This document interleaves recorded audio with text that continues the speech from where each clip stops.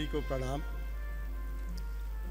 मंच पर विराजमान और मंच के समक्ष बैठे हुए मेरे सभी युवा साथी, कुछ दिन पहले एक कवि सम्मेलन में गया था, तो वहाँ हरियाणा के एक कवि हैं जेमिनी, लोगों ने सुना होगा उन्हें, तो अध्यक्ष थे। कार्यक्रम 10 बजे समाप्त होना था। 10 बजने में 5 मिनट बचे थे, तो उनकी बारी आई बोलने की। तो खड़े होके बोले कि मुझे समझ नहीं आ रहा है कि मैं कविता पढ़ूं या वोट ऑफ थैंक्स दूं।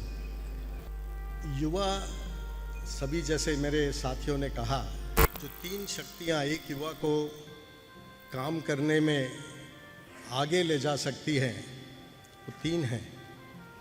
एक आध्यात्मिक, एक बौद्धिक और एक शारीरिक। इनके प्रतीक कौन है हमारे जीवन में? वो सभी यहाँ मौजूद हैं। मैं जब इस कमरे में आया तो मैंने वो तीनों विभूतियों की तस्वीरें देखी। परम पूज्य शंकराचार्य जी, स्वामी विवेकानंद जी और छत्रपति शिवाजी महाराज। तीनों ने अपनी किस आयु तक में इस देश के लिए क्या क्या नहीं कर दिया, जो ये देश कभी भूल नहीं पाएगा। इस कार्यक्रम का जो थीम है, मैं भारत को भारत कैसे बनाएं। अगर हम पीछे 300-400 साल पहले जाएं, उससे भी पहले जाएं, तो क्या ये भारत भारत नहीं था? भारत भारत ही था, पर हम भूल गए।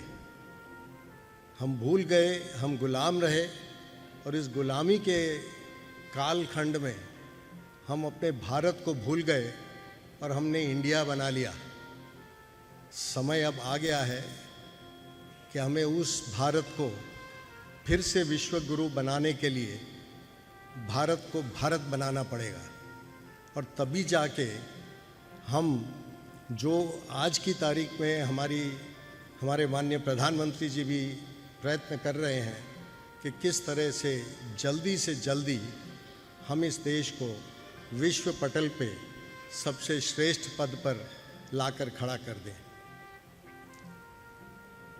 अब स्टार्टअप वर्ल्ड है ये। स्टार्टअप में युवा ही हैं जो बिलियनर बन गए। कैसे बन गए? कोई एक मानसिक शक्ति थी, कोई विचार थे। एक ग्रुप मेरे पास आया युवाओं का, बोले ये सैटेलाइट जो चलते हैं उनकी एक फिक्स्ड उम्र होती है, उसके बाद उसे डिस्कार्ड कर देना पड़ता है।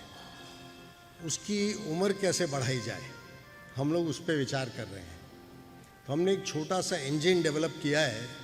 उस इंजन को अगर हम उस पर सैटेलाइट पे लगा दें तो उसकी लाइफ डबल कर देगा। अब एक एक सैटेलाइट करोड़ों रुपए का आता है, और एक छोटा सा इंजन अगर उस पर बिठा दिया उन्होंने, जो सूर्य से ही चलेगा, तो उसकी लाइफ डबल हो जाएगी। आप सोचिए कि युवाओं ने इसके बारे में कैसे सोचा होगा। तो युवा के मन में, मस्तिष्क में क्या शक्ति है, ये हमें उनको शक्ति देने से ही मिलेगा। उनके मन में ये सारे विचार आएंगे जब हम उन्हें प्रोत्साहन देंगे, उनको आगे खड़ा करेंगे। आज हमारी संस्था भी ऐसे समय में है कि हमें अपना नेतृत्व इन युवाओं के हाथ में देना है, ताकि नए विचारों से, नई ऊर्जा से इस हमारी संस्था को 100 गुना ज़्यादा आगे लेके। मैं भी आप ही की तरह पुष्पेंद्र जी को सुनने के लिए उत्सुक हूँ कि अभी वो उनका वक्तव्य होगा। और इस विचार के साथ मैं अपनी वाणी को विराम देता हूँ। आपने मुझे यहाँ बुलाया, उसके लिए बहुत बहुत धन्यवाद।